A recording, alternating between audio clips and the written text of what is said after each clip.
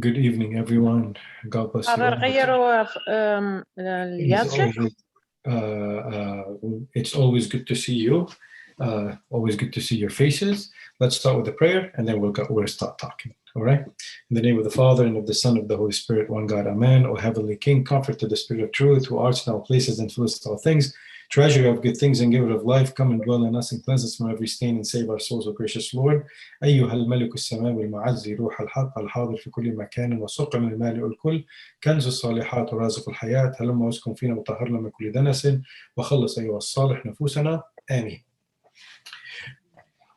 Well, today actually something important that we can say happened in the life of the Antiochian Patriarchates, the Holy Synod of Antioch, and I'll say exactly what is a Holy Synod, and but like in general, just like my as the title, the Holy Synod of Antioch elected today 3 bishops, or they elected 3 bishops, 3 priests are going to be ordained to be bishops. They elected 1 metropolitan and they elected 2 auxiliary bishops. And I'll talk about these also, the difference between what is an auxiliary bishop and what's a metropolitan. So that's why I thought instead of just talking about our regular things, like, following the book, I thought like we'll take a few minutes and talk about this. And even if it takes the whole session, I'm okay with that, just because it's something important to see, because at the end, there were also a lot of questions today were asked, and it will be good to clarify them.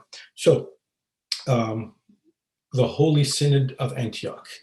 Every Orthodox church, every patriarchate in the Orthodox Church has what's called a synod. And this usually churches meet, all these patriarchates meet on each own, of course, meet twice a year, usually around Pentecost, and another time around this time, where they discuss all the matters related, anything basically from theology to social issues to you name it. They discuss it among them concerning that specific patriarchate. And this synod is actually formed of all the metropolitans of the patriarchate. And when we say metropolitan, in Arabic, we have one word for it, mutran, not Jamal, but probably Jamal was given the name Matran because somebody in the family was a Matran, was a bishop, probably was a metropolitan. But so all the metropolitans, what does that mean, all the metropolitans? All the archdioceses that fall under the Patriarchate of Antioch. Like what? We have the Patriarchate of Antioch. Originally, it's basically Lebanon and Syria. In the old days, it used to be Jordan included, other countries, but now mainly in the Middle East, it's Lebanon and Syria. But also we have now archdioceses all over the world that fall under the Patriarchate of Antioch. Like we do have an archdiocese here in America. Our Antiochian archdiocese is part of the Antiochian Patriarchate. Our archdiocese in England. We have an archdiocese in France. We have one in Germany.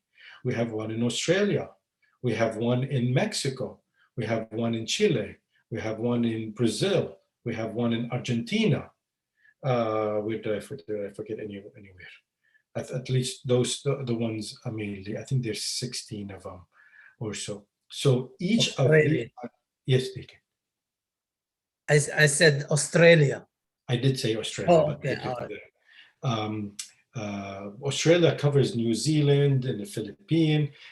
France covers, actually, only France. Germany cover Austria, other countries, a few other countries. Mexico, it covers Mexico and the Caribbeans. Argentina is just Argentina. Chile is just Chile. So on each of these archdioceses, we have one metropolitan who is the head of that archdiocese. In our case, in the archdiocese of North America, which basically the United States and Canada, Our Metropolitan, the head of our church, is Metropolitan Joseph. Okay? If in Lebanon and Syria, I forgot, in Lebanon we have the Archdiocese of Beirut, we have the Archdiocese of Tripoli, we have the Archdiocese of Mount Lebanon. We have 6 in Lebanon and 6 in Syria. In Syria, the Archdiocese of Aleppo, the Archdiocese of Homs, the Archdiocese of Latakia, Lediyeh, the Archdiocese of Hama, the Archdiocese of Huran.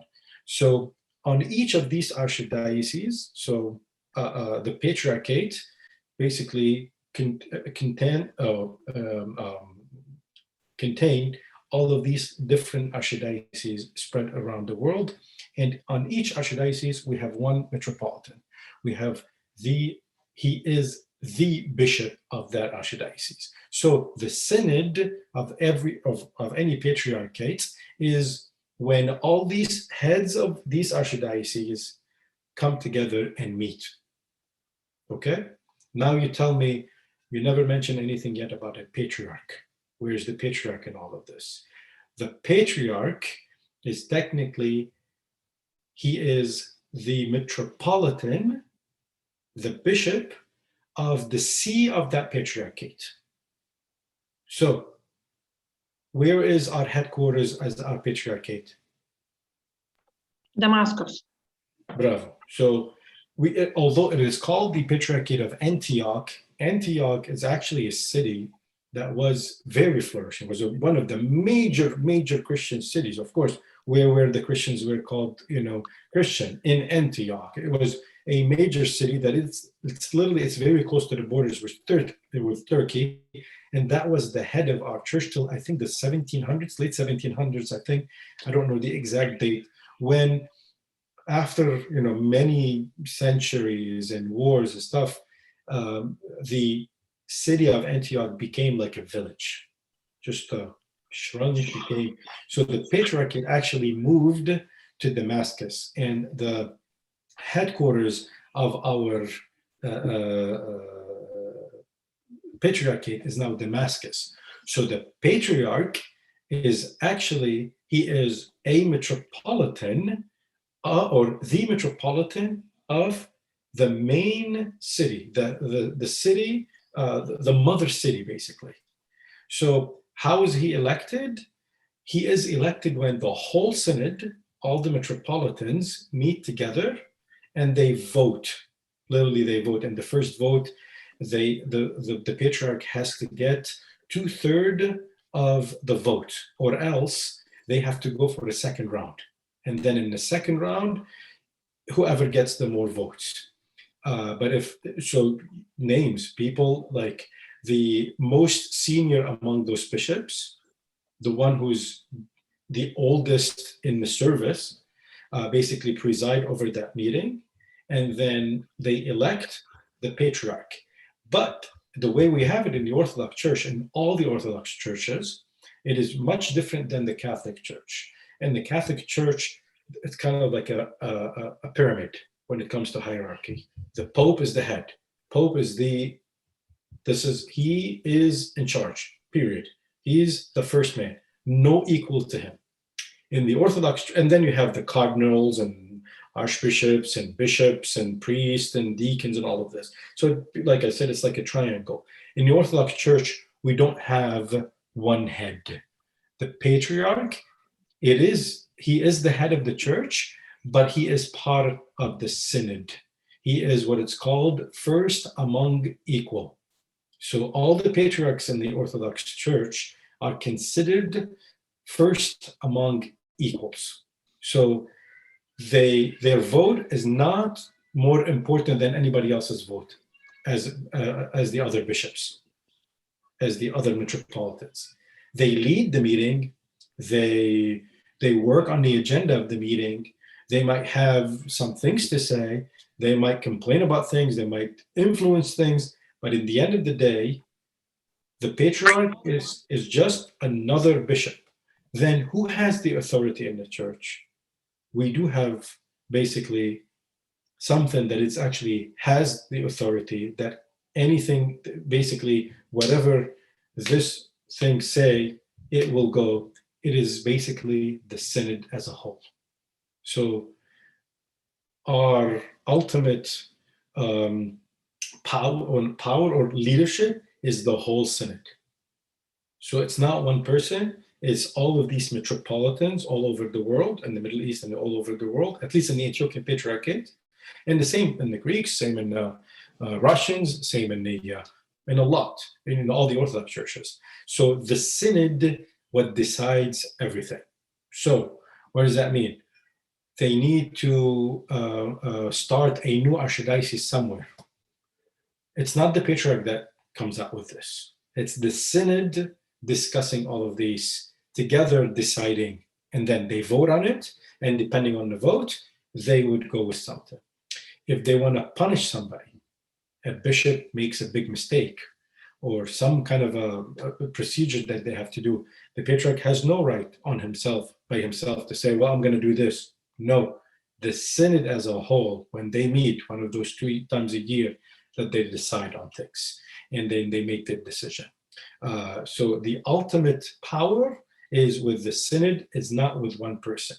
So the patriarch, the Pope, is, we say the Pope is infallible, right? In the Catholic Church, they consider him, if he spoke something about anything to do with the faith, that's it. It becomes a rule.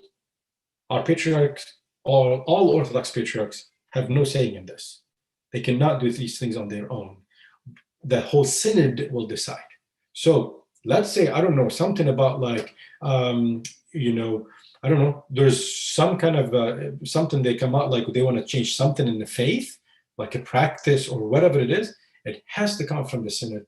It cannot come just from the patriarch. The patriarch has no authority on his own to say, well, now we're not going to believe anymore in this, or we're not going to do this, although it's not going to happen because our faith is already established. But everything is, our ultimate leadership in the Patriarchate is the synod, not just one person. Maybe till now, I don't know. I mean, it's a whole big, topic that we can talk about, and I'm trying to just say the important things on it. But any questions? Sen has a question. Yes. Yes, good evening, everybody. Thanks, Abu. Ahmed. And is it based on number of votes, like of how many people vote for this, like majority, or how does it work? Like to be So in elections, let's say for a metropolitan, a new metropolitan, like if like when Sayyidina Philip, our previous metropolitan, passed away, it just, all the other bishops met together and they voted, and it was like competition in a way. Like in the end, whoever got the most of the votes in the end. Some things they might discuss it to come up with unanimously, but usually not elections. So usually if there's an issue, like, I don't know, some kind of an issue, social issue, something, they usually discuss it, and then they, there should be some kind of it should be like unanimous in a way that they come up. But everything else, when it comes to election, especially elections of a patriarch or a bishop, definitely it's about votes. So this person might, out of the 16, this one got 10, the other one got 6. Okay, whoever got the 10 won. But although I know I'm recorded, it's fine. We don't need to. Sometimes you'll have people like bishops who are on the same page. So it's like, no, we're going to vote for this person. So they come out to the meeting knowing, this is who we're going to vote for, And sometimes there will be some kind of unanimity. Is that what is the name for like, we want this person, so we're going to all go in and vote for him, for this position, or for this archdiocese, or, but yes, it's usually votes. Like I said, with the patriarch, whenever they want to elect a patriarch, usually names are, every metropolitan can be the patriarch, every metropolitan. So literally they are, let's say I'm the metropolitan, God forbid I'm not taking, but like I'm the metropolitan of whatever area. I show up to the meeting and I write a name. I might write my own name, and then everything is cast, literally it's like a white paper. They usually do it in a chapel, usually. Whenever they want to cast a vote, they usually go in the church. they do it in the church, literally in the nave. They will be sitting there in the nave. One of the deacons or the priest, whoever works for the synod, will literally go around with a basket, and each bishop will draw the name that he chose. And then they literally open up all these papers and they say, so and so, one vote, so and so, one vote. And somebody's, writing all of this. And then at the end, they'll say, so and so got 5, the other one got 3. Okay. Some bishops will say, you know what? I'm not voting. I don't think I don't know, I don't like any of the, I'm not okay with the ones that we think that we should vote for or something. Some people will say, you know what? I'm not voting this time. And so whoever gets the most of the vote gets elected. Majid has a question. Majid? Hi, good evening. Isn't there something about marriage, single, whether the is married, Sure. So imagine that when it comes to episcopacy, for the bishop position, for the synod, they are all celibate, and they have to be celibate. Priests can be married, of course, but whenever there's a especially election for a bishop position, for somebody to become the bishop, he has to be celibate. So he's usually a priest at a parish, or he's usually a priest monk, or an archpriest at a monastery, or whatever. As long as he is celibate, then he gets elected. Yes, Miss. Father, how about if a priest was married and his wife died, deceased, can he become a bishop afterwards? Yes, this is actually a great question, Deacon. And we do have a case of it. In America, we have 3 bishops from 3 different jurisdictions that they were married before, and then they became bishops after.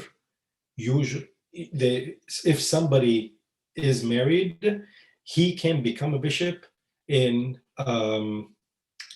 2 cases, if I'm not mistaken.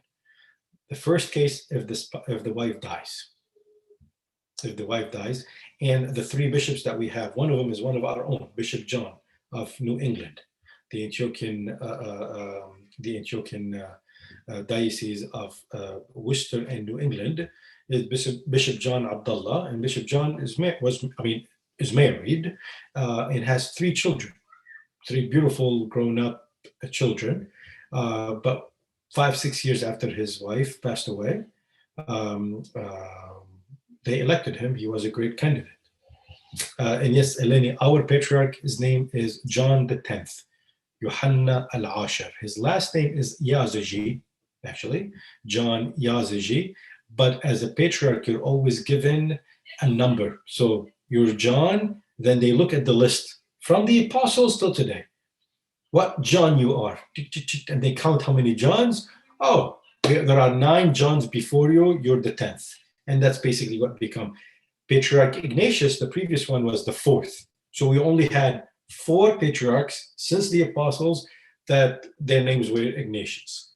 So going back to Deacon Nicola's question, a bishop or a married person can become a bishop when, in actually 2 cases, I don't think there's a third one. And if there's one, it will come to mind. First is when the wife passes away, even if there's children or no.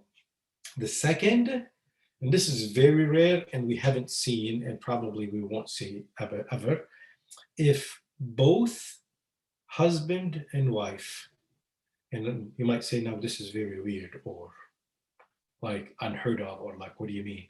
But it actually, this is part of our, in the rules basically, of who can be a bishop. And because it happened before in the many years ago, if both the husband and wife decides at some point in their life to split, but not as a splitting, as a divorce, more than to finish their life in a monastery. The husband goes to a monastery, the wife goes to a convent. She goes and becomes a nun. He goes and becomes a monk. Then he can be.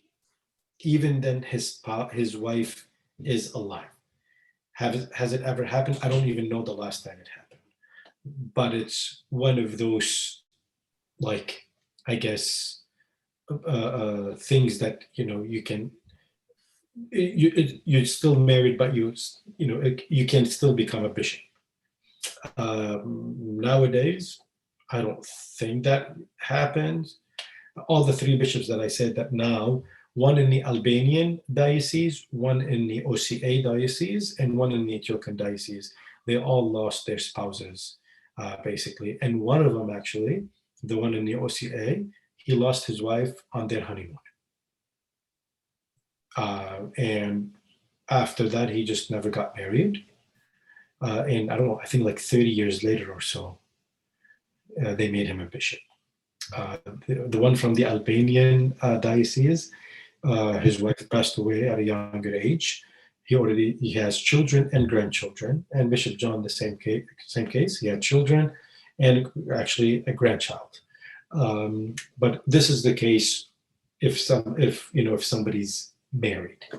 Okay. Other than this, celibacy. He has to be celibate. Okay. Is there an age requirement? I mean, you can't. Yes. Okay. Yes. So you're getting there. I'm just sort of. yes. So we don't follow these rules anymore. We kind of like skip them. But basically, deacon 25 years old, priest 30 years old, and bishop I think 35 years. But we don't follow these anymore.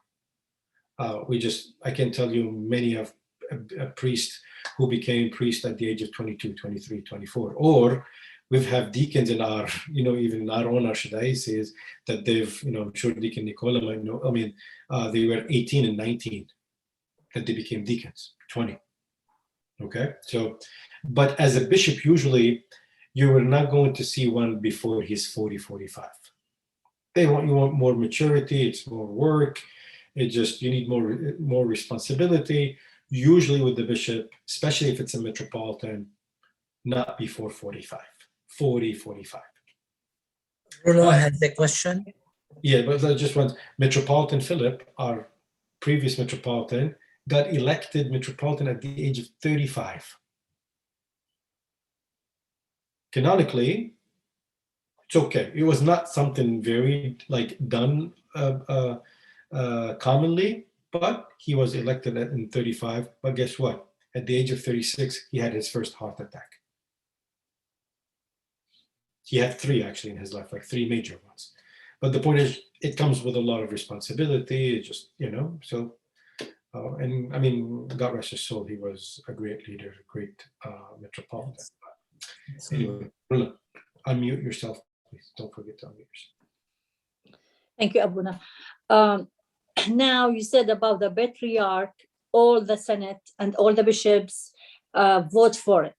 How about the bishop? If you want to choose a bishop for our archdiocese, exactly. I think the people they elect him. They allowed us to vote for him.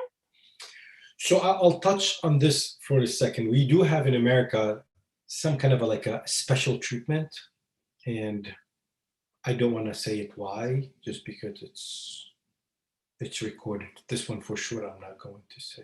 I'll just go like this.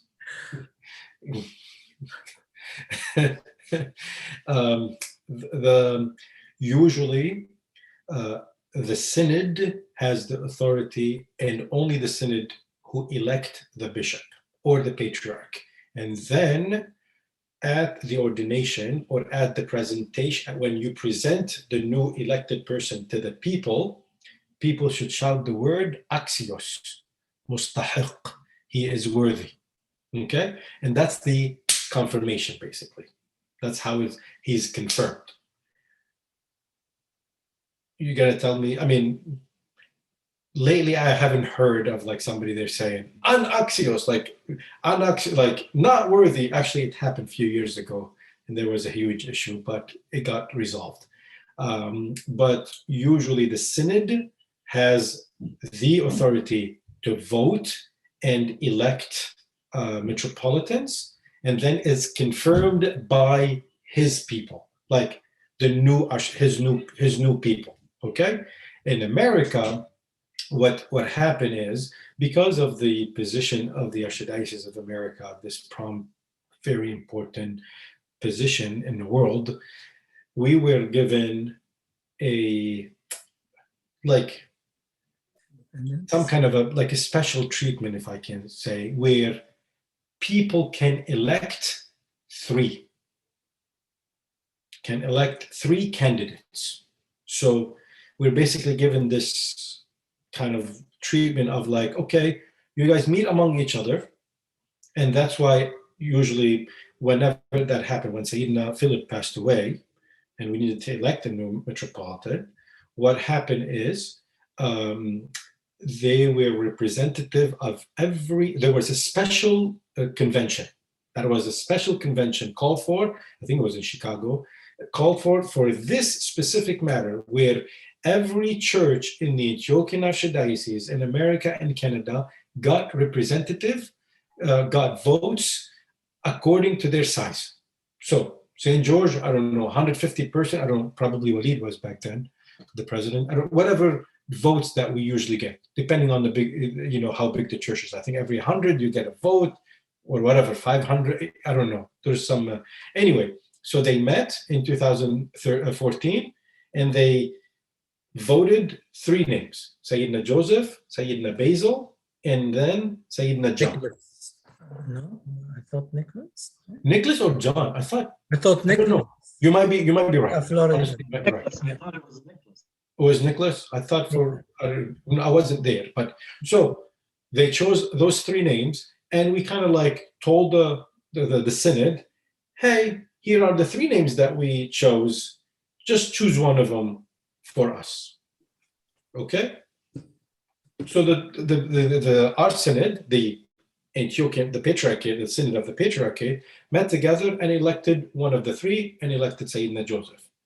The thing is, that is all like out of, I don't know what would be the good word to use. It's just like out of goodness that they tell us to do this, or they allow us to do this. They could have said, oh, okay, you want to vote? Okay, get your own vote. Oh, we voted those three people. We're like, okay, we don't want to vote to any of these three people. We're going to bring you a fourth one. And he can be from here, from the state. Let's say whoever got the fifth vote, I don't know, or the sixth vote, the sixth, place. But the synod, it was done for America back even with Sayyidina Philip's time, that we would respect what the people of this archdiocese, the names that they gave us, and then we'll choose one out of those names that you have given the synod. Maybe? Yes? Good? Okay? That's basically.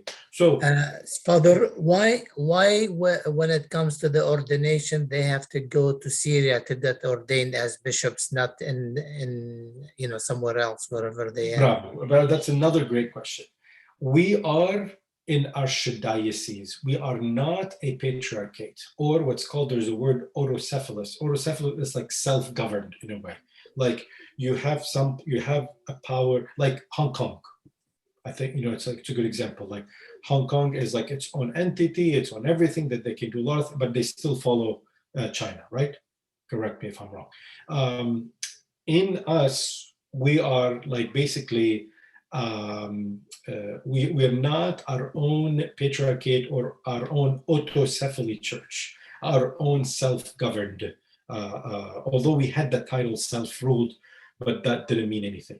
It will take a whole synod in other churches to acknowledge this status of elevating us to a higher rank as an archdiocese, which that didn't happen. So whenever in an archdiocese, usually it has to be done at the headquarters, at the place of your headquarters, like the headquarters. A lot of the time for the past few years, it has been in Balamand in Lebanon, just because of the war in Syria. So with those new ones now, the three new ones, at least, well, two of them will be elevated to bishops. They might be in Syria, in Damascus, at the headquarters, at the mother church of the Patriarchate. Okay, so that's why we cannot elect, ordain our bishops here. They have to be at the mother church, because just the status that we're only an archdiocese, we're not a autocephaly, or we don't have our own synod here. We don't have our own synod. Like, all our rules come from the Patriarchate. We follow directly the rules and the instructions of the Patriarchate. What we have here, we do have, because that's the next thing I'm going to talk. What did you want to say something? I can't see you. Angela has a question. Oh, sorry. Hey. Finish? I'll let you finish. Can't hear us? Yes, but it was just like a little bit. Tell me. So that I actually had another question, but now that you brought up the self-rule, then what's the point of doing self-rule? I mean, it was such a big deal when this was done, and we got all the priests were talking in the churches, we got the letters, we got this, and then we made the big deal about. Okay, gotcha. You want to tell me about this? That was two words that Sayyidina Philip, God rest his soul, many years ago, wanted to satisfy some people, because we in America, we need to be different. We need to be better, have our own special treatment. We need this, we need this. So they're like, okay, I will just give you this title. But on papers, had nothing. Okay. That had nothing other than like, oh yeah, you know what? We're just gonna have you vote, get the 3 candidates, whenever there's a metropolitan. Okay. And okay, we'll give you, we'll choose one of the 3. And that was out of the goodness of the Patriarchate. There was nothing abiding them, or like it's a rule thing. But there were talks about like, financially we have to be, or else they're gonna steal our money. It's like, no, because there are rules. Every metropolitan is in charge of the archdiocese. So no patriarch can tell him, or no other bishops can tell him like, hey, Sayyidina Joseph, you need to give us $10 million, or else we're going to kick you out of the synod. That just doesn't happen. It cannot happen. Okay. So, but all these things, like many years ago, like, oh, we need to be special, we need to do this. So it's like, we need, to have some kind of a title. So they give them, oh, here's your self-rule. Go on the website now on the Antiochian.org. Let me know if you see the words anymore, self-ruled. We're saying that Joseph came, he's like, I mean, are we joking? Like, we are a independent entity in a way, but we still follow the we are just like any other is independent. What is it? Yeah, we're like anybody else, every other archdiocese, then, because they all have the same. Yeah, okay. Exactly. So, yeah. Okay. The patriarch cannot go to Metropolitan of Beirut, or Metropolitan of Hama, or Metropolitan of Latakia and say, hey, I'm going to force you to you need to do this. Or the synod like, hey, we heard you have a couple lands worth, I don't know, you'd better sell them and get us the money. Or you have to transfer, or like, here, we all voted that, oh, we're going to take this from you. Like, no, you cannot do that to the smallest archdiocese, nor to the biggest archdiocese in the Patriarchate. Okay. So, Abuna, my actual question was, then, are we the only archdiocese that have auxiliary bishops, or do they exist everywhere else? So we have been seeing it now more and more in other archdioceses. Okay. So what is Mainly here because of the size, Mm-hmm. and then I'll touch upon this in a second. Mainly it's because of the size, but now we see it in other dioceses, not in other archdioceses. Not too many, but we do see it now. Okay. Eleni has a question, Father. Yes, Eleni. Unmute yourself. So with the hierarchs that were just here, and I noticed like in the Saint Sophia bulletin when we had gone, everybody was listed as metropolitans, except for Bishop, the Serbian and the Georgian. They were listed as bishops. They're young too. So does that mean that they don't have a patriarch / metropolitan right now, or? So with these two churches, the way they set up with their patriarchate, with their mother church, is they did not make America its own archdiocese like us. They made it its own diocese. So it's like as if like you. So they made it. I mean, in the end of the day, it's all like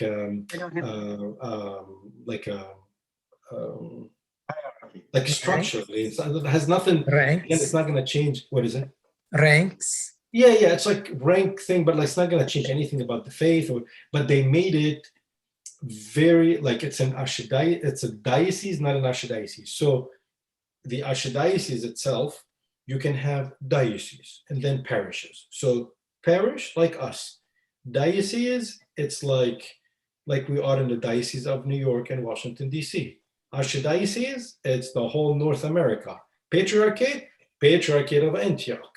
Okay, so the way they did Serbia and Georgia, they made them just like, oh, you're just a diocese. You're just one bishop, a bishop that who is appointed anytime can be removed. And I'll talk about this with the auxiliary. They're basically auxiliary bishops. Auxiliary bishops, they're just like assistants. Like, so they can, there's no need for a synod, there's no need for any big major meetings. It's just like the patriarch on his own or his own metropolitan can say, thank you very much. You're done now. We're gonna change you. We're gonna, so this will have then a direct, especially the Patriarch of Serbia and the Patriarch of Georgia have direct. They are basically their people, the Georgian people and the Serbian people, fall right away under their patriarchs, respected patriarchs. Us in America, we basically now we are Sayyidina Joseph's people. We're not the patriarch's people. With the Serbian and the Georgian, they are related right away. They are under the patriarch. There's no metropolitan in between. And usually they do that so they can have a better control. They don't need to go through another person. Salim, I saw Salim. I don't know if anybody else.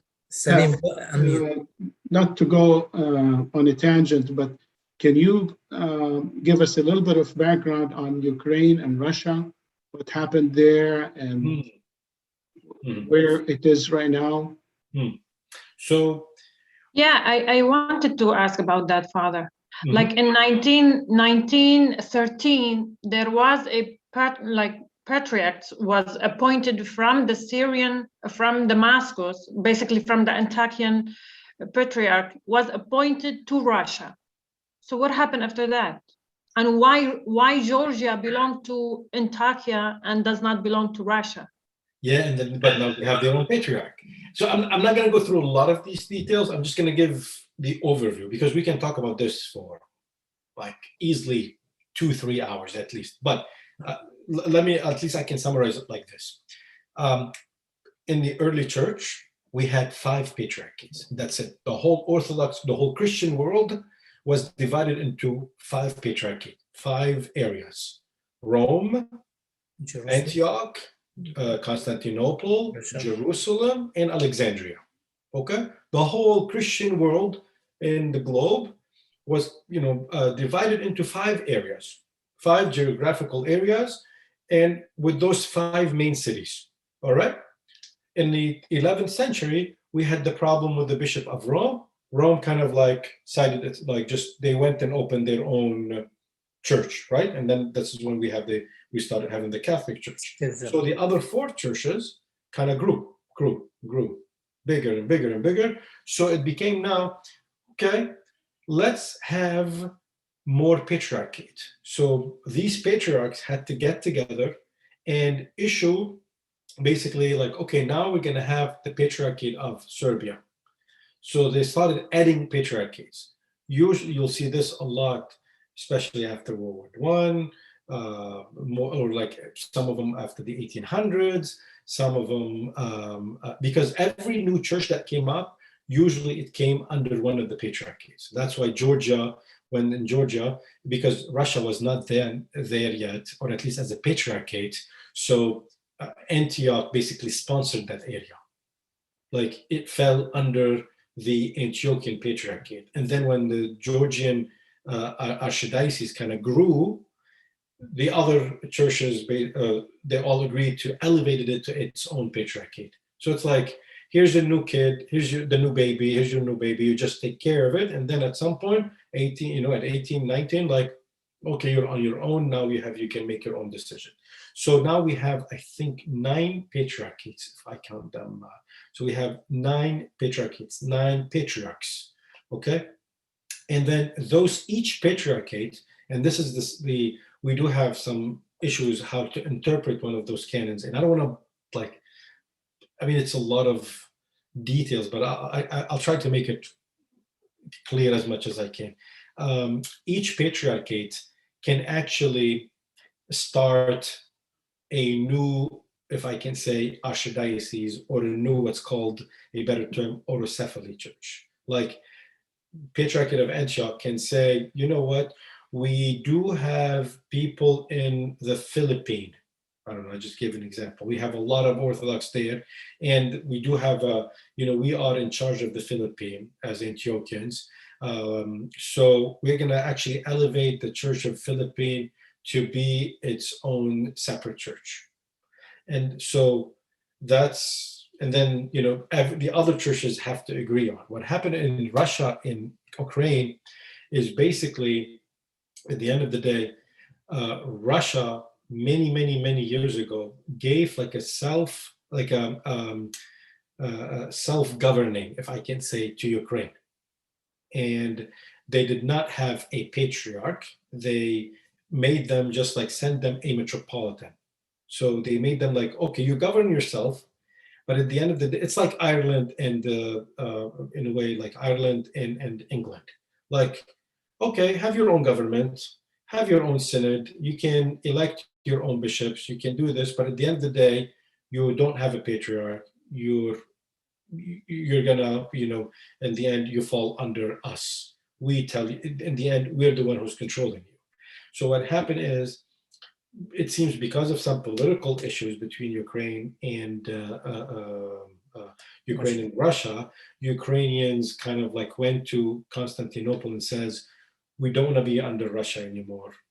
We want to be under you. And then Constantinople was like, oh, sure, I'll take, yeah, you deserve better treatment than what the Russians are treating you and how they're treating you. And we'll let you do many other things that you can do on your own without going back to us. And then Russia got upset. It's like, why are you interfering in our world, in our areas? That's not your area. Canonically, it's not.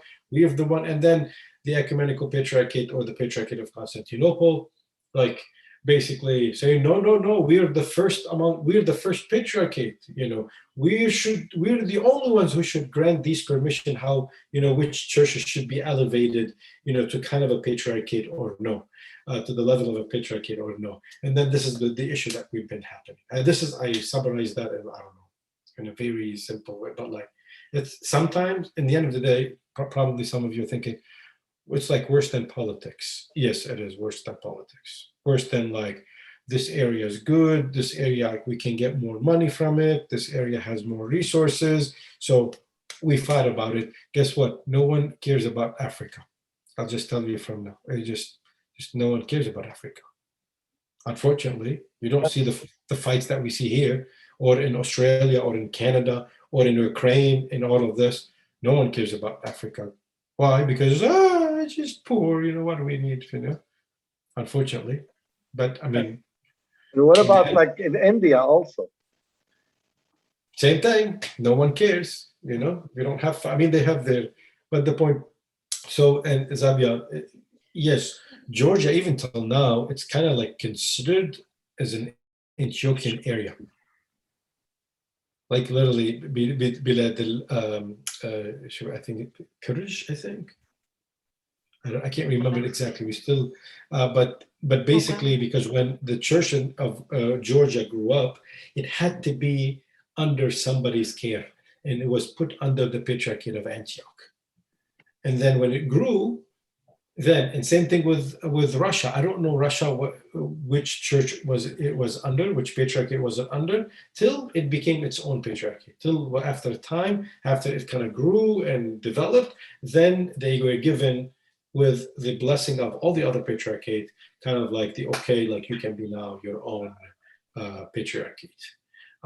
That's why Georgia was not under Russia. if I'm not mistaken, Georgia is even older. The Patriarchate of Georgia is older than the Patriarchate of Russia. Anyway, How about the Orthodox in Turkey? they fall under the Ecumenical Patriarchate, Patriarchate of Constantinople. Batrak al-Qistantini. Okay?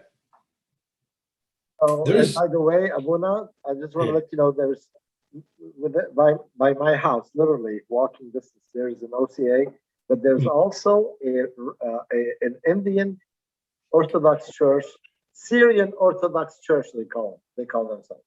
Yes, because they are with the Syrian. They are in communion with the Syrian, with the Syriac Church. Yes. Not Syriac though, but they say Syrian. They're Orthodox.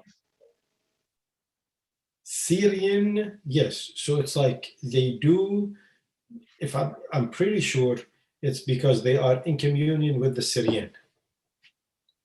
Although they have the name. So in Boston, we had the Syrian Orthodox Church and it was under the Syriac too. So Are you sure it's not Sri Lanka, Wally? No, they're Indians for sure. I actually one of the parish council members used to work for me. His name is George Kudarappan. I was shocked when I first met him. Maybe it's Assyrian.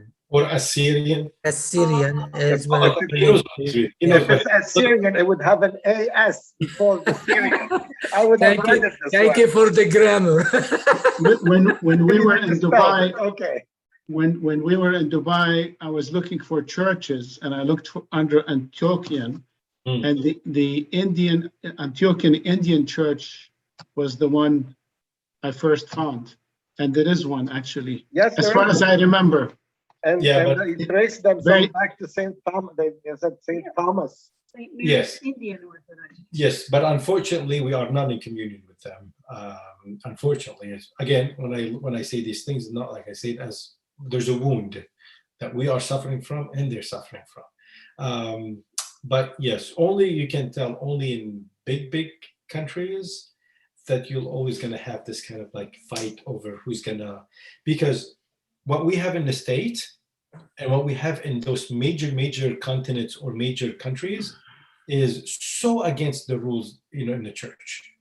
There should not be, any land should not be under multiple jurisdictions.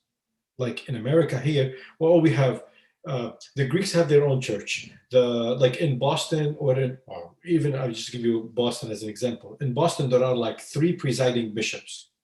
That is very unheard of in the Orthodox world, because in the Orthodox world, you are Orthodox in a way. It's not you are American or Lebanese or Syrian. So it is something against the faith. I think it's called patriotism or something, like some kind of you should not have archdiocese just on the account of the country, like just because you are from a specific country.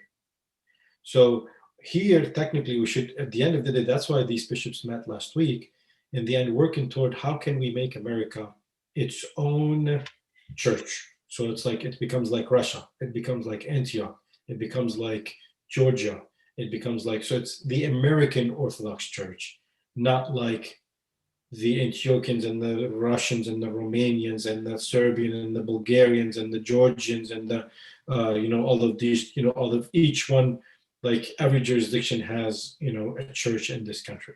Including OCA. Including the ones like called Orthodox Church of America, although that's a name that, at the end of the day, none of the big churches actually acknowledge them except Russia. And there are many other issues. Again, sometimes I don't want to say too much, because sometimes you might say like, we just messed up, because there's a lot of messing up. But at the end of the day, we look about Jesus. We don't look about these like just like office stuff and like these things. Yes, Angela? You're muted. Carpatho-Russian, who are they under? Ecumenical Patriarchate. So, Eleni, I love you. I'm not gonna just like bash a little bit, the Greeks of Constantinople, as much as I feel for them and love for them, but like it's like the Ecumenical Patriarchate always feels like it has to like bother the Russians, Well, it's like those two, like, as much as I hate to say this, like those like brothers who hate each other, and they should not. But it's like, oh, you have more like you're taking this from me, I'm gonna take this from you. Like, so it's like Carpatho-Russians, like some, I don't know in the end who they are, like their nationality, but some people who did not, I don't know what the word even Carpatho, like where it's come from. I don't know much about them, but I know in general that they wanted to have their own church outside of Russia, like without Russia, like Ukraine.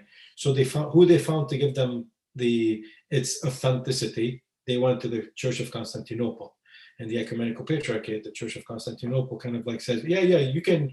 I'm going to give you the blessing to be your own separate church, and they're in few places in the world.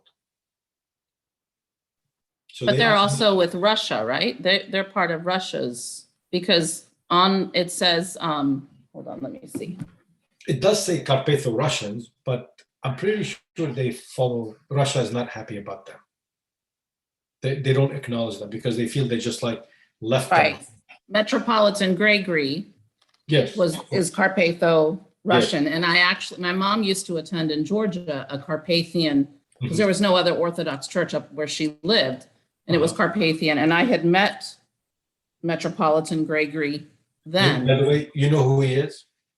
He's 100% Greek. He has nothing to do with the people call themselves Carpatho-Russian, but because they basically they wanted to find authenticity. They wanted a major church, one of those big churches, to acknowledge them. And the Ecumenical Patriarchate is like, oh, you have a problem with Russia? We'll take you.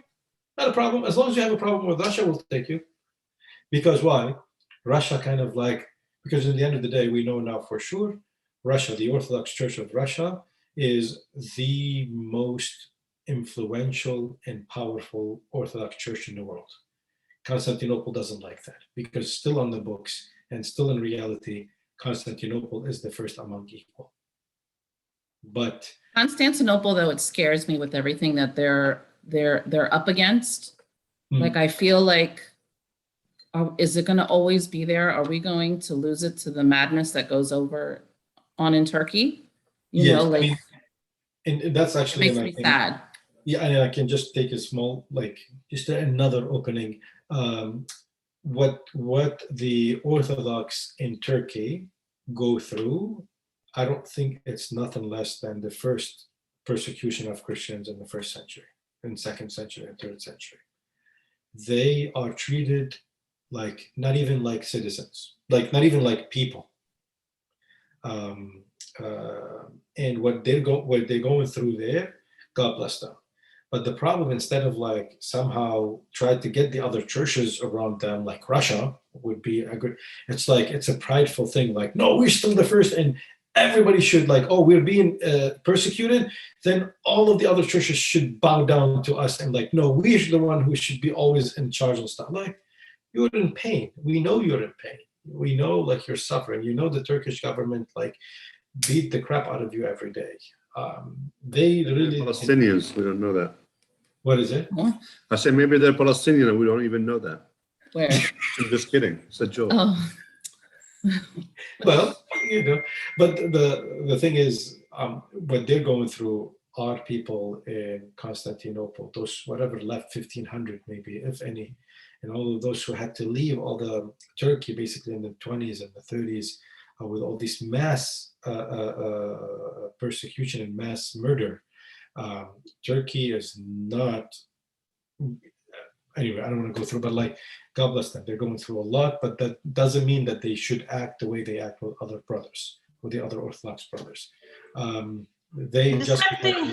Father, the same thing in Syria or Lebanon. Without the Russian power, or like the Russian church, they will be demolished also. Like, sure, exactly. But at least in Syria and Lebanon, we still kind of like, but if they reach the border, whoever was planned, it will be gone.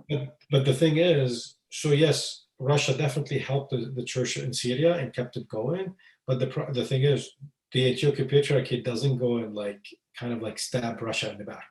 You know what I mean? It's not It's not.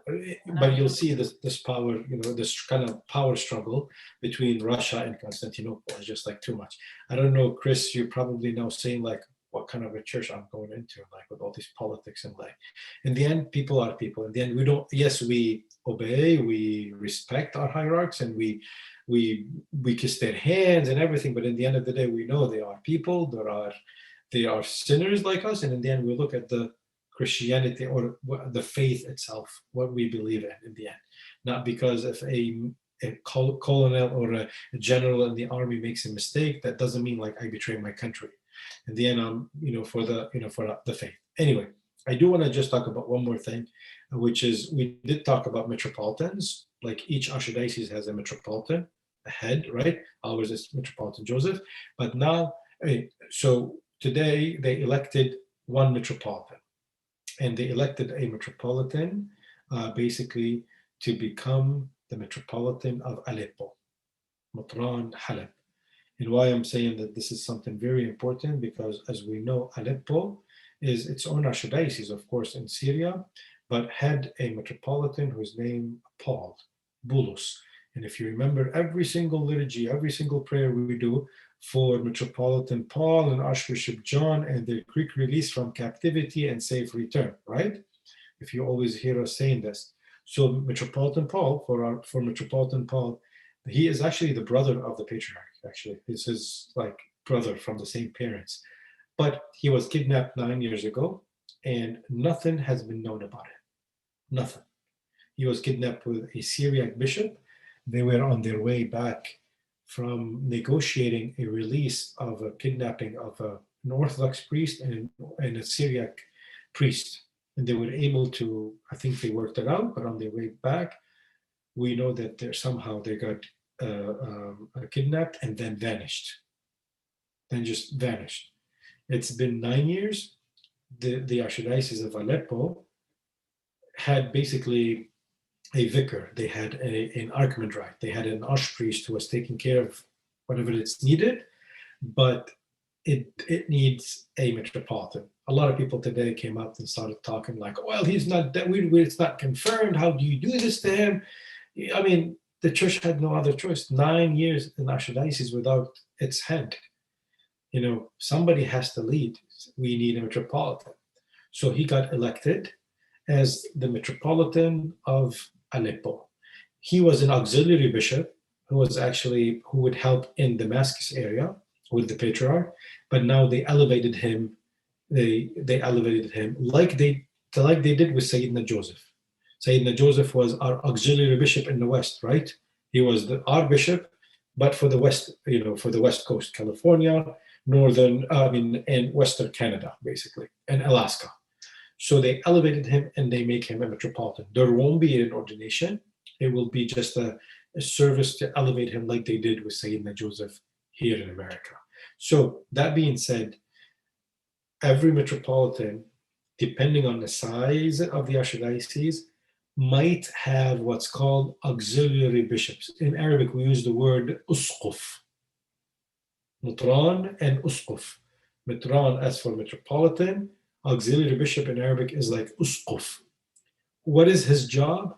Is basically being the hands and ears and the eyes of the metropolitan. Our archdiocese here is the best example. Imagine we have 500 priests, okay? We have 267 churches scattered 3,000 miles, 4,000, actually, if we're going to count Alaska, 5,000 miles from like Alaska to Florida. Imagine every time there's an event or a church needed, for a priest to be ordained or something, one metropolitan is going to tour the country. I mean, they're just it's not possible. So what we usually do, they divide the archdiocese into dioceses. So archdiocese to a diocese, and they put an auxiliary bishop, an usquf, to take care of the business there. But this auxiliary bishop has no power without the metropolitan. The auxiliary bishop cannot make any decision on his own. So, so-and-so needs to be ordained. The metropolitan has to give the blessing for the auxiliary bishop to do it for him, to go resolve a problem, whatever. Okay? Abuna, was his name Paul or Upside? So well, give me 1 second there. So the two today, the other two that they were elected, they were archpriests, they were archimandrite, they were living basically in monasteries, and then now they became auxiliary bishops. So at some point they're going to appoint them somewhere to help a metropolitan. So they might send them to whichever archdiocese to help under the metropolitan there. Yes, Mary, sorry. Sorry, Abuna, but was his name Paul before, or did he change his name in honor of the kidnapped bishop? No. So his name is Ephraim, actually. He kept his name. His name is Bishop Ephraim now. Became Metropolitan Ephraim of Aleppo. Oh, okay. And I want to address a question. The kidnapped bishops, is he the brother of the current patriarch? Yes. So like I said, there was an Orthodox bishop and a Syriac bishop. They were in the car, same together, and they Not both, anymore, the patriarch, though.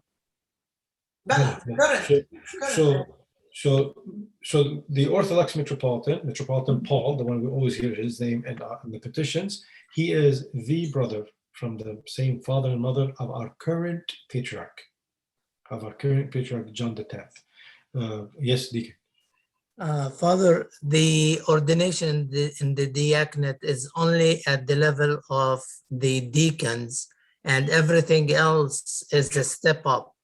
Is that true? Is an elevation? So the main thing into the ordination is at the deacon level, and then everything else will become an elevation to a priest, to a bishop, to whatever rank. Because if I, from my memory, the only time that the ordination takes place inside the temple, is at the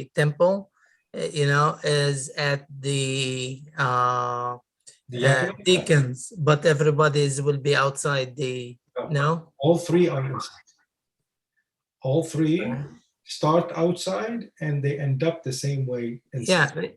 Yeah, but the ordination, they say at the deacon level in the diaconate, everything else, you'll be elevated to a priest. You'll be elevated to whatever status you're gonna get. But the ordination, I don't know. That's why I'm going to look more, because in the end, it will tell you being elevated when the text.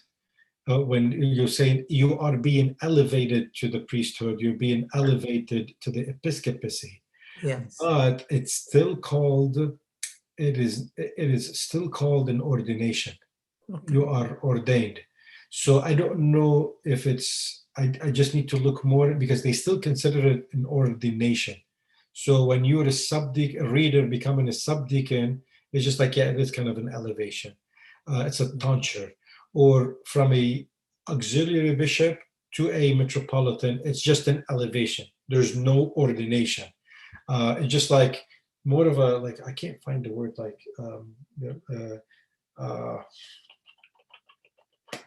like technical, it's just like just a position. But like with the diaconate and the priesthood, there is that, well, I would say between the priesthood and the episcopacy, it's an elevation. But from the diaconate to the priesthood, it has to be a ordination, because bishop and the priest can do the same thing. But the bishop, the priest and the deacon cannot, because the deacon cannot do what the priest can. I don't know. I can look more. I know the wording says you're being elevated to the priesthood. But at the end, we do have three ranks, and there are three ordinations: the diaconate to the priesthood, and from the priesthood to the episcopacy. We can look more into this. Any other questions? Thank you. So today we got elected one metropolitan to oversee a whole archdiocese, which is Aleppo. And then we got elected two auxiliary bishops that they're going to be sent somewhere to help a metropolitan. Father, I want to mention, I'm reading the news from the page of Antiochian Patriarchy. They said they only transfer, also like beside appointing him, they transfer the missing Patriarch Paul Yazji. Yeah. So when So basically, they have hope. Because in the end of the day, it's not confirmed. It's not, his death is not confirmed. No one knows. You know, They if he's haven't found the bodies. yes, there's no confirmation of death. There's no body, and they have not filed like any papers with the government to acknowledge the person is dead, regardless if there's a body or not. So to cover this, just in case you never know, a year later, 5 years, 10 years, 20 years later, somehow like, hey, I'm back. I don't know, I was kidnapped and whatever. So they gave him an honorary title. So all of this, like I forgot the name of the, do you still have the screen in front of you? They made him now the Metropolitan or Bakr, I think it's called. Of Diyarbakir, but I don't know where. Diyarbakir, yes. Diyarbakir. That's in Turkey. Diyarbakir is a Kurdish area in Turkey. Yes. Yeah, probably in the border of Turkey. Yes, and so Diyarbakir, it's like there's so much we can talk about, but like little by every bishop, in the end of the day, it is not typical to have auxiliary bishops. It's just not.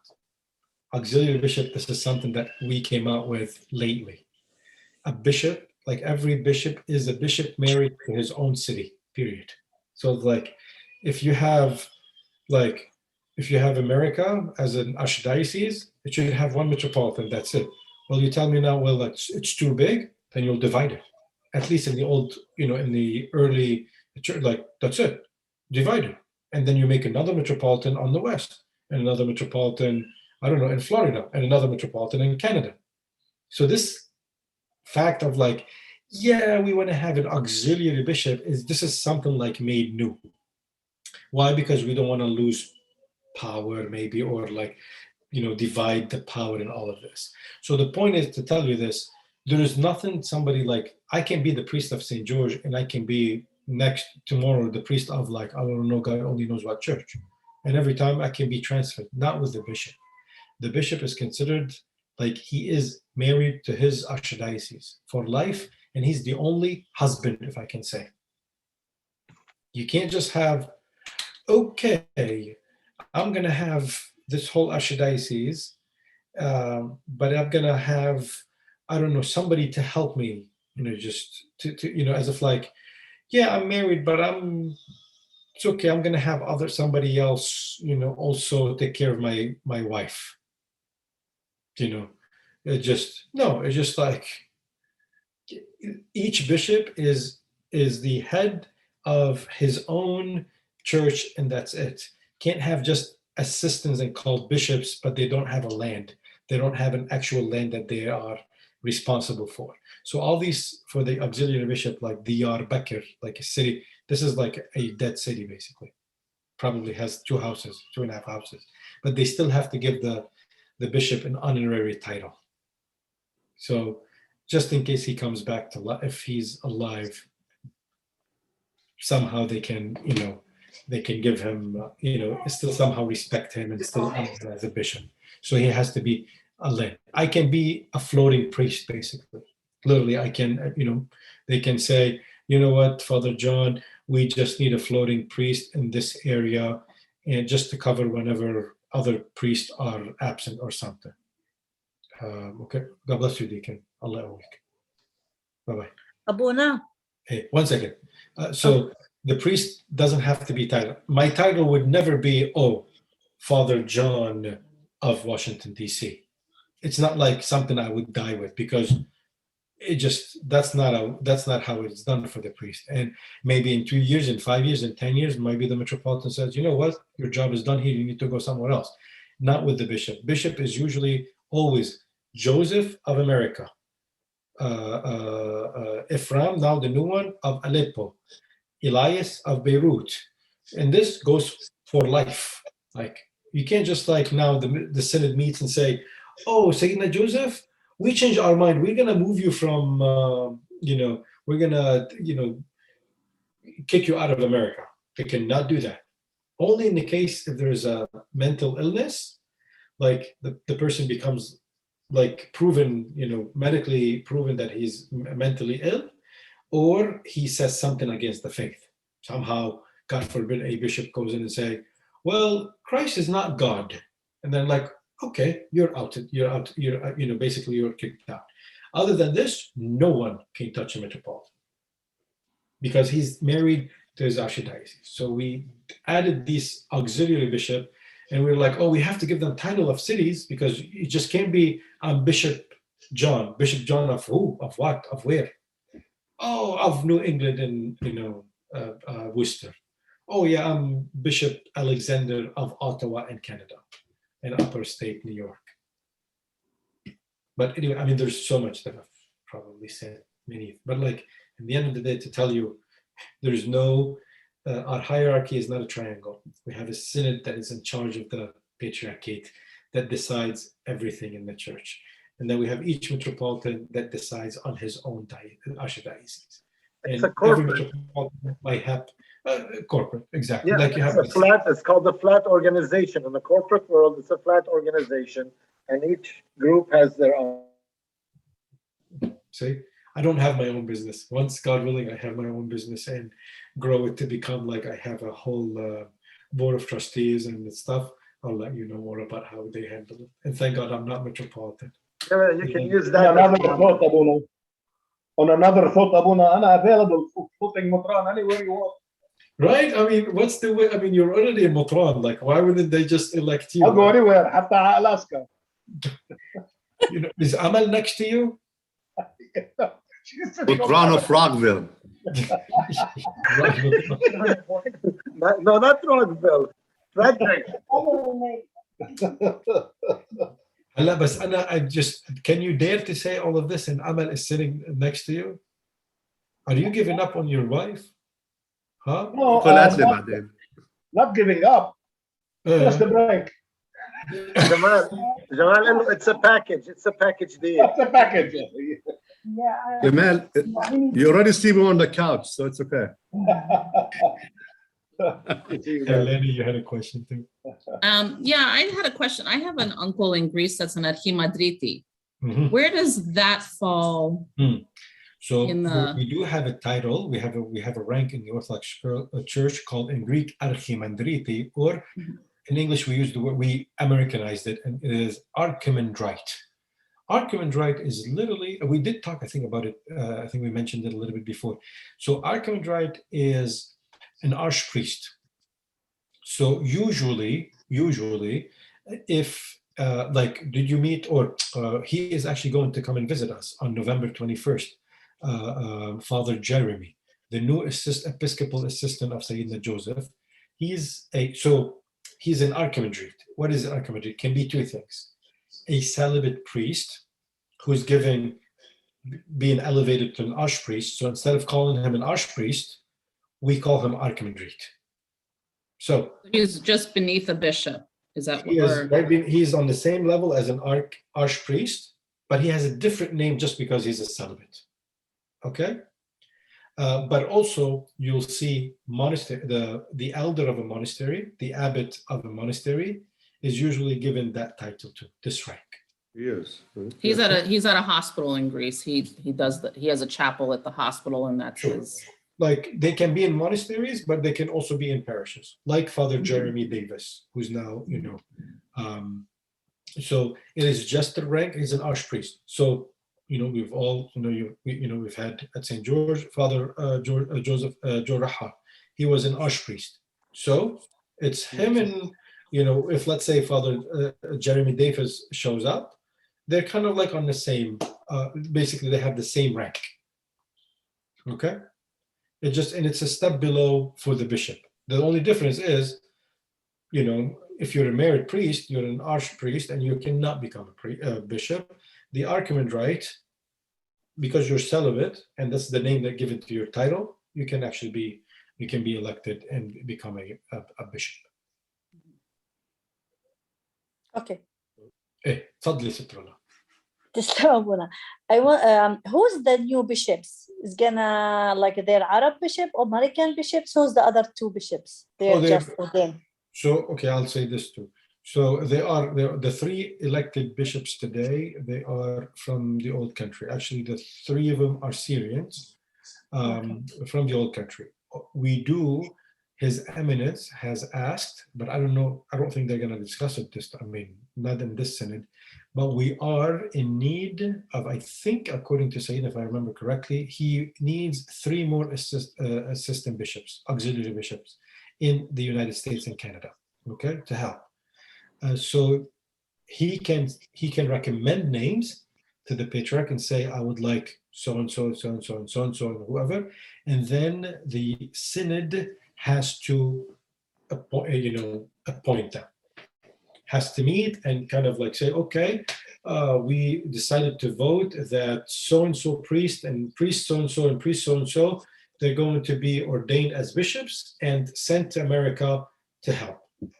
Or Like not sent, he might say, well, we have people here in the United States, and we're going to elevate those priests so-and-so and priest so-and-so and priest so-and-so and make them bishops, and actually just make them bishops in America where they're already serving for 10 years, 15 years, 20 years, whatever. But there is like possibility to bring them from Syria, Arabic bishop. They are not raised here. Yes, there's definitely, I don't know if it will happen. I don't know, that's something, but it can be. Why? Because going back to the first point, in the end of the day, the Synod has that authority. We do not have our own, the self-rule thing that everybody, before that we've talked about it. The Synod can say, you know what, you don't know this person ever, but still we're sending them to you to become your bishop or to become the auxiliary bishop of that area in America or in Canada. Would they do it? I don't know. Maybe. I hope maybe not. But they do have the authority to do that. They can say, oh, Father so-and-so in America, you've been serving there, you're American, like no word of Arabic or anything. And they say, oh, you've been serving, you're an archpriest or an archimandrite, we're going to elevate you to become the bishop of whatever area, they decide with Metropolitan Joseph.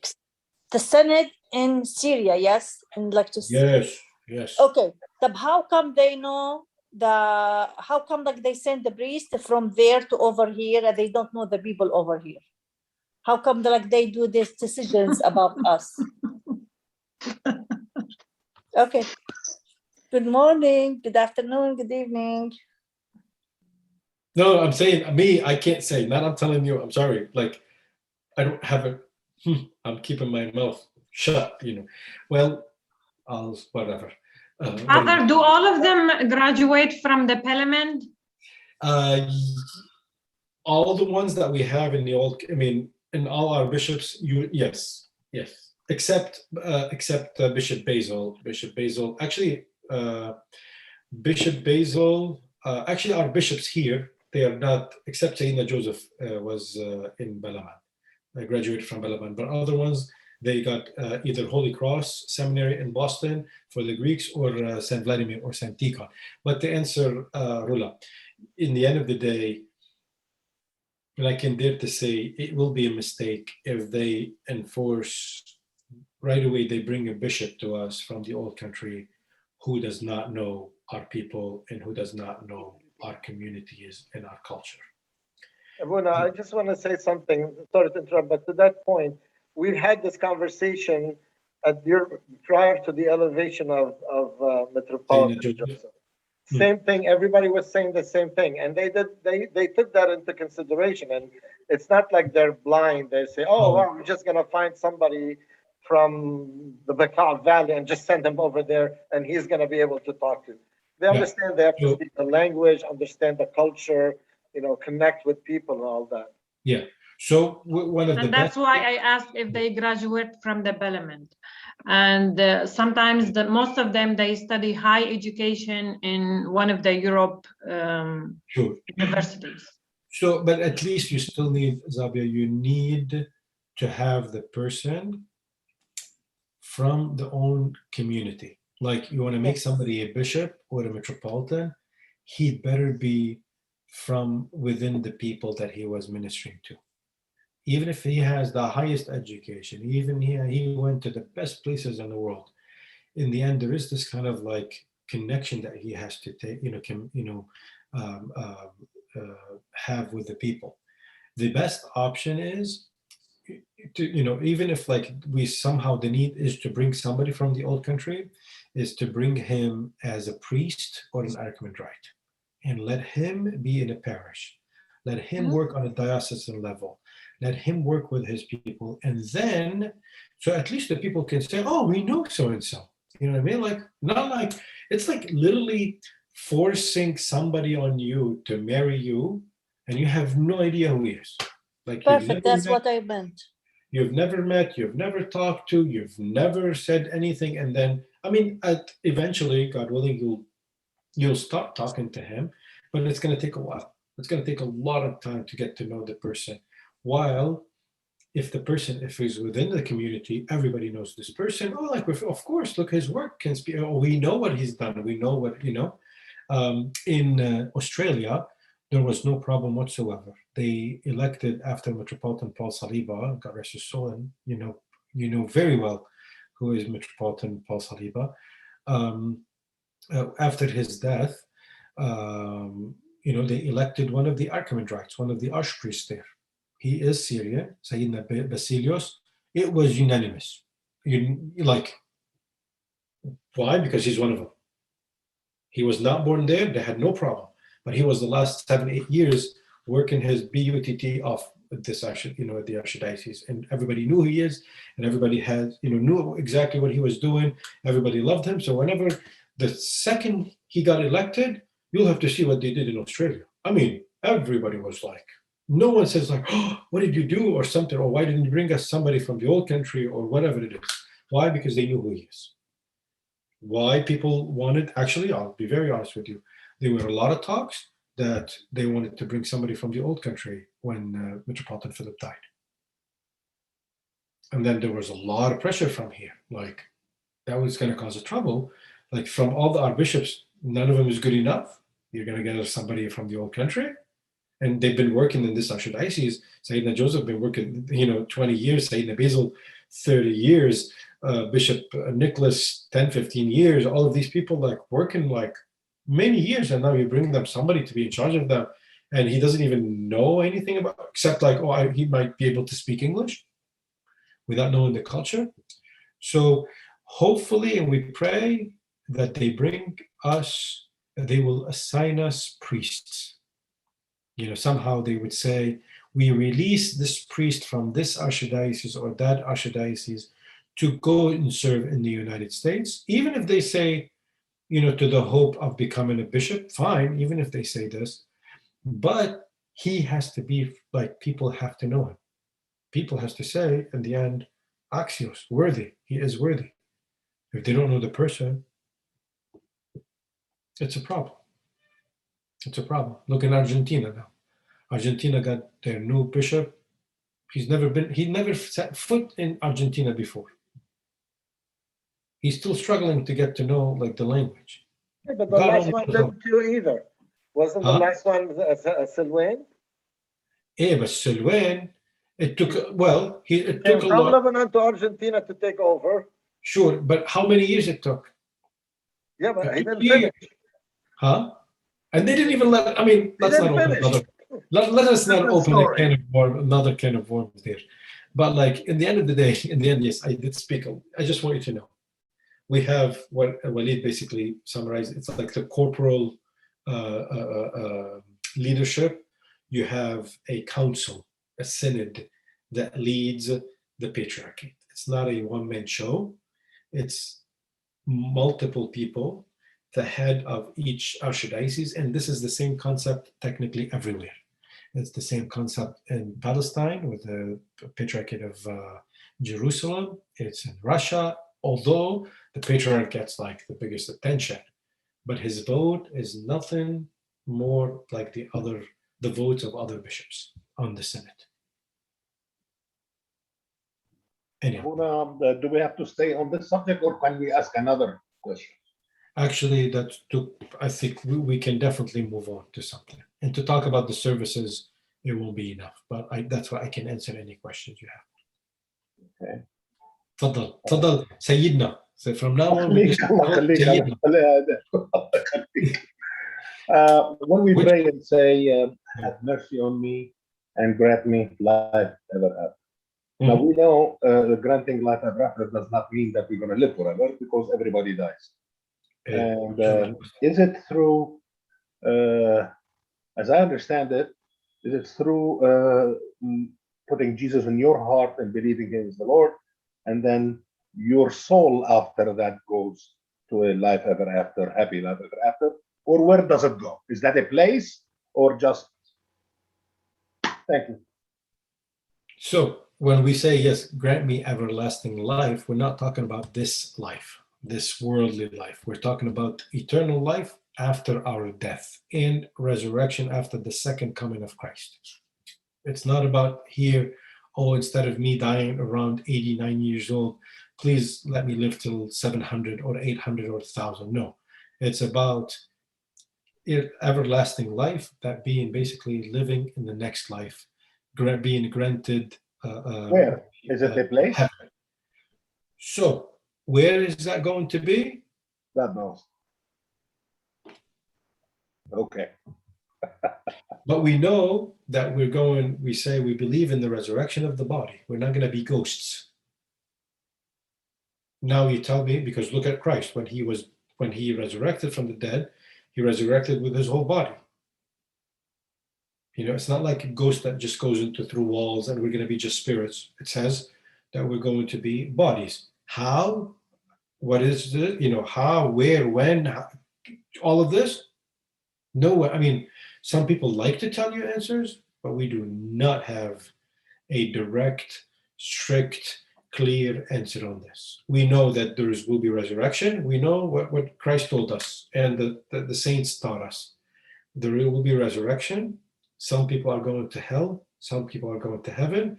And we did talk about heaven and hell, as much as it was very shocking to some people. It is not just like this side of this world of this side. It just a state, your body, like your soul will be in a specific state. And we will be raised with our bodies, whatever that means. And it is without putting Jesus Christ in your heart and believe that He is the Lord. Well, you don't go anywhere. Sure. So how are you going to be granted eternal life? Is basically after you die in your second coming, at your judgment day, Christ is telling you, because you had me in your heart, whatever 40, 50, 60 years that you live, because of the work that you've done, because you imitated me, because you sacrificed, because you loved unconditionally, because you forgave unconditionally, all of these, this is what grant you eternal life. I am going to touch upon this in my sermon on Sunday, actually. I was working on it today a little bit, but it will mention something like this. Because actually the gospel, and I'll give you a hint, the gospel for this coming Sunday is the raising up of the son of Cain, the son of the widowed woman. It's like, I don't know if you know this story in Luke's gospel. It says that one time Christ was walking in Nahum, what is Nahum in English? Anyway, one of the cities in the Holy Land, and it says that they saw a funeral. He saw a funeral of the son of a widowed woman.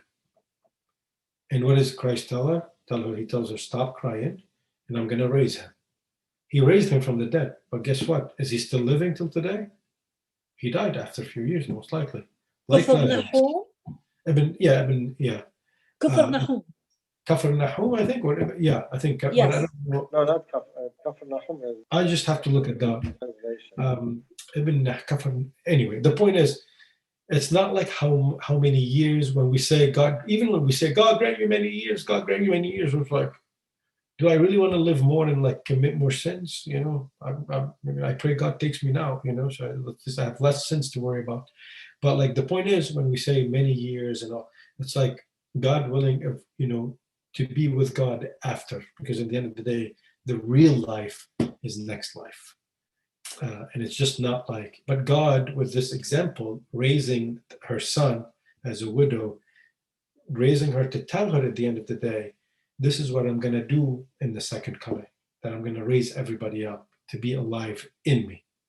And actually, by the way, it is a very, why this story made it to the gospel, in the Gospels, because it's very important. Yes, because it is subject of all different churches where they agree and don't agree of what's happening. yeah, but also look at the event that Christ is raising the son of the only son of a widowed woman. Widowed women back in the Jewish culture, that means she lost her support. She lost any kind of help. That means most likely that she's going to be a prostitute to be able to live, to at least help herself, because she's basically now considered she did something wrong, why her husband died. So somehow her husband was not he did something bad. God is punishing him. He's punishing her. That means she did something wrong.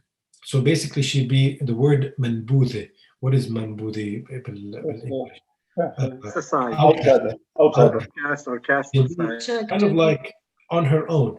And not only this, so not only she lost her husband, so if she had children, at least her boys will help her, will basically protect her. And then she has one son, and what happens to the son? He's dead. So now she has nobody. This is the lowest state that you can be. Like you're basically powerless. You're basically nothing. And then the whole point of in this parable or in this story, for Christ to tell you, even when you're at your lowest rank, when you're going to feel that you're just you, no one else is with you, and you feel like you've been beaten, you've been suffering in the lowest thing of your life, to tell you that, like, listen, I have the answer for you. I can still raise you. Just accept me, love me, and then I will raise you. So even when you're in your lowest point, that's, and that's the whole story at the end of the day of this Gospel on Sunday. I'll talk a little bit more about death and about how do we deserve this? How do we, nowadays, God is not going to come and say, okay, I'm going to show you, I'm going to raise this person from the dead and then to prove to you. But it's like what we can do, we'll talk more about it. Thank you, Abu Nada. I will take it as it is because أنت ما بتعرف أنا ما بعرف. So I'll take it. Where we go, I know. You have people telling you, oh, we're going to be on this earth. We're not. It's like, maybe somewhere here, but is this world going to look exactly the same way? No, like, we just have no idea. Why? Because God didn't tell us. He could have. I know it's getting late, Abu Nada, but one more thing is bothering me about the praying to the الشرق. شو يعني؟ نحن بنصلي للشرق؟ Yes. الكنيسة مبنية للشرق؟ So not like us whenever we pray, or like we have to, like, and Muslims basically have to find the Kaaba, right? They have to find what is Kaaba? The Kaaba, right? The tomb of Muhammad. Yeah, it's like they have these machines. I don't know if you've seen them. Like literally, they buy like kind of a compass, basically to tell you where the Kaaba is, like at least which direction. And even in your prayers, like this is what you do. We don't do that. We don't go to that extreme. But in general, as a not a written rule, an unwritten rule, is we build our churches where the altar is facing the east. Why the east? Because what is east in Arabic? Sharq, right? What happened in the Sharq? What is Sharq? Sunrise. The sun rose. The sun, the light, the sunrise, and Jesus is the sun. Yes. So in a way, it's a symbol for us that we direct our churches, the altar, to the east, because it's where the light comes. Christ the light, right? And then is our church towards the east? So I don't know, honestly. I've never. No, for sure. Our church is. Yeah. So I would say that's a rule in a way. Again, it's an unwritten rule. Whenever you want to build a church, you have to build it toward facing the east. Although we do have few exceptions, especially in the States, just because the land or the house that they bought before, or the church that they bought from a Protestant or whatever, that it was facing north or facing whatever. I'll tell you an example. Why I asked, I heard a Coptic guy saying, if you don't pray to the east, you don't go to heaven. No, No, you tell him, please don't play, like, don't be a Muslim in this. No, Exactly. I can pray right now. Glad. I can pray, you know what I mean? Like, I can stand as long as I'm like in, you know, قلت له طب كيف تعرف الايست باوضه النوم تبعك لما بتقعد تصلي؟ how would you know? He says the east in the old bedroom. Lord have mercy. Lord have mercy. Okay, Sayyidina Joy. Thank you so much. Sorry, I took so much. Not a problem, not a problem. But our church is usually, so we have a church in Palace Heights, Chicago. They bought it from a Presbyterian church or something. It was facing, I don't know, north or something. Well, guess what they did? God bless them. They raised the money and they wanted to be, anyway, to make it bigger. So they literally just reshaped it to face the east. I mean, they were able to, and was it very necessary? No, but they had the money, they had the, you know, they could have done it. They were like, okay, let's do it. And they wanted to make it bigger, and they're like, well, already we're going to make a lot of construction in it, you know, a lot of adjustments. Might as well just change the whole thing to the west, to the east. Thank you, Abuna. Thank you so much. That's why in baptism, next time you're at a baptism service, we start in the beginning. Where do we start? I don't know if you noticed me. What I do, I start in the back. And what's the because traditionally it starts in the back, and then at some point you're in the back, but you're facing the east. You're facing the altar.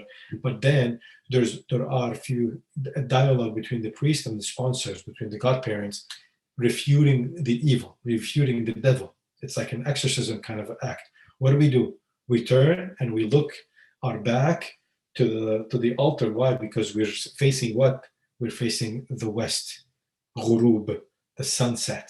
It's like where darkness is. So it's like the devil is like, not like he is sitting there. Well, he can't anyway, but like the point is you're looking at darkness, and this is where the evil is. And that's why we turn our back in baptism toward the west. Thank you. Everybody's happy. Matthew's having some trouble. Today he had like a 2.5-hour nap. I think that's why we're paying for it now. He doesn't want to sleep now. I don't either, so I'm okay with that. What is it? I said I don't want to sleep right now either, so I'm okay with it. It's like, okay, time for you to sleep. So how do you pay for Zoom? By hour, by minutes? How much Zoom costs? It's open. Oh, Zoom, like what it says, it's open.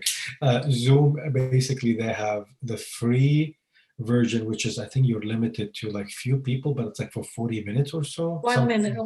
Free is for one person, because I teach on Zoom, and it's if you are one person, if you are two, basically, it's free. If you are more than one, if you are more than two, just like it's the limit is 45 minutes. Then after that, you pay. And then what we have, and I have my own tool. What I do with with the teaching stuff. So I think like $16.95 a month or something that you get free. So you can go on Zoom like WhatsApp and free of charge with one person. Yes. Yeah, basically like yourself and another person. Yeah, it's for free. You can just get this 1 hour thing that we're Okay. No, for free, unlimited time. If it's only 2 people on Zoom. Oh, is it unlimited? I thought it was. No. Oh, as long as like 2 people. As long as it's 2 people. And there's another one when you have 100 or more, I think, or something. I think it's like Who? مشان هيك وليد بضل يخلصها على 8 وربع. That's not free. We خلصها على 8 وربع لانه وصلت الساعه 9. Yes. Father, I have a question, but maybe not for tonight, maybe for next week or so. It depends how heavy it is. كبير شوي. It depends how كبير heavy. شوي. كبير شوي. We know that John the Angelical was a disciple of John the Baptist. And John the Baptist has his own disciples. Yes. So what happened to those? And then I read about a group of people. They used to be in the area in our region, and they're very small amount of them. They called as-sa'iba or al-manda'iyya, and they practice their religion. It's very similar to what John the Baptist used to do. I just connected between them, and I'm just asking you, Sure. are they related? So, good question. So first, with John, the theologian. Maybe not tonight, because I don't want to be everybody late. It's short. It's not like, and then we can maybe elaborate on it.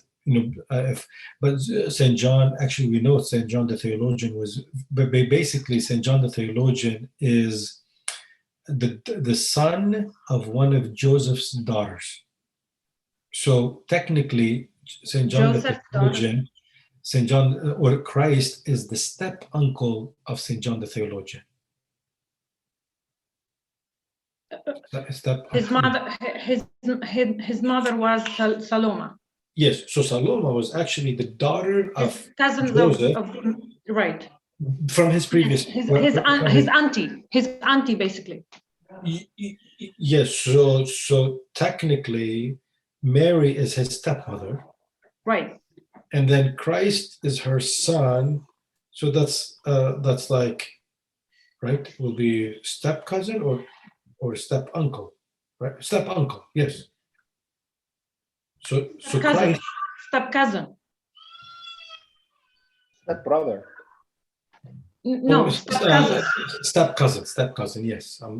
So the point is, we know that at least St. John, I just confused step son, step brother, well, we cannot say step cousin because Jesus was not like really. Yeah, but like at least, in a way, the point is they knew each other from and we say he was from a young age that he was basically with Jesus. Right. He was, he was with Jesus. Now with St. John the Baptist, what happened to his disciples? We think some of them, they still considered him as the Messiah. And they never accepted Christ. And that's why you have those groups that you're talking about, that they still till today think that St. John the Baptist was actually, like, Christ stole the light from St. John the Baptist is the one who we should follow. But we also know that a lot also is because St. John told them, well, you need to follow Christ. So we know some people, of course, followed Christ. Now you tell me which one of the 12 was that they were with John the Baptist and became with Christ. We don't. No, I know John the Angelico was like the disciple, the last one who was with Jesus on the cross. He was one of them. Yeah. So well, these are like maybe yes, but also we have a lot of other accounts that tell you, well, no, he was always with Jesus because they grew up together and they were together and they're all like around each other. So maybe he was. I mean, we don't know for sure if he was actually or he was not. I don't think it's like a clear cut if he was actually with St. John the Baptist and then he kind of switched to Christ, or he was with Christ from the beginning and he was never a disciple of St. John the Baptist. Which in the end, maybe even if you're right, which is nothing wrong. Like there's nothing wrong with your theory.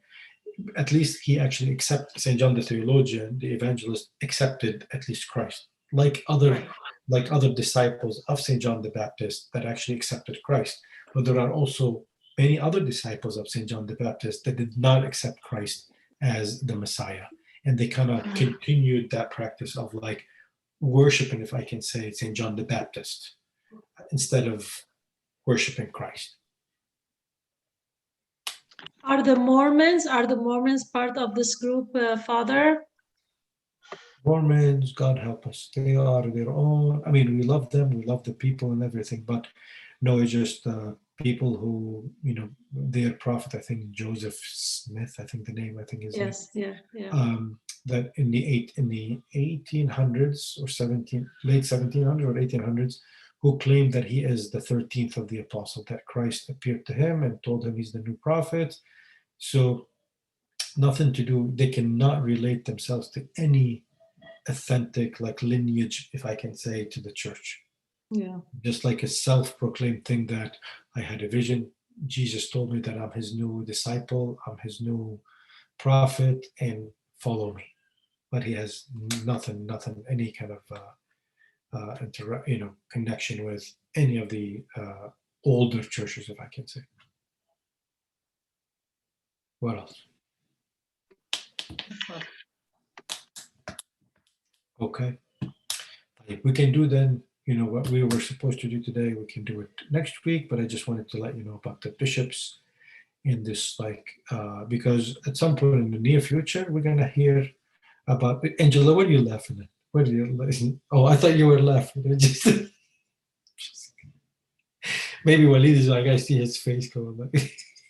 Anyway, because at some point in the next few months or the next year, we're going to be, listening or hearing about, I don't know, at least a number of bishops that are going to be, assigned here in the United States, or at least in the United States and Canada, of course, for our archdiocese here. We'll see. Actually, men here, I mean, if you really want to send your wives to the monastery and you guys becoming monks, and then your chance of becoming bishops, become like, I don't know, Walid, Jamal. No, I changed my mind. It's a package deal. Walid, it's a package deal. Into what? I don't know, Bill, maybe Bill, if you were really, just send Tina to the monastery and then, أحسن من نام على الصوفة اليوم. في الجراج. All right. Tina, I'll come with you.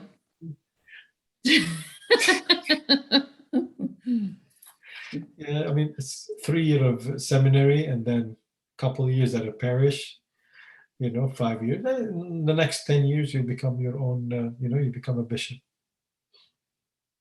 And I've been around them for so many years. I served 2 of them for 7 years. I learned my lesson. God forbid, may this cross be away from me. Oh, but it's different if you're the guy who's, you're being served. Well, when you're the king, you're the king. But the higher you are, the worse the fall is. Keep that in mind. The higher you get, the more painful it's going to be when you fall. I'd like to fall with the 2-inch thing. I'd like at least to keep it this, I don't want to fall from 5 feet or 10 feet or something. Anyway, in the name of the Father, and of the Son, and of the Holy Spirit, one God, Amen.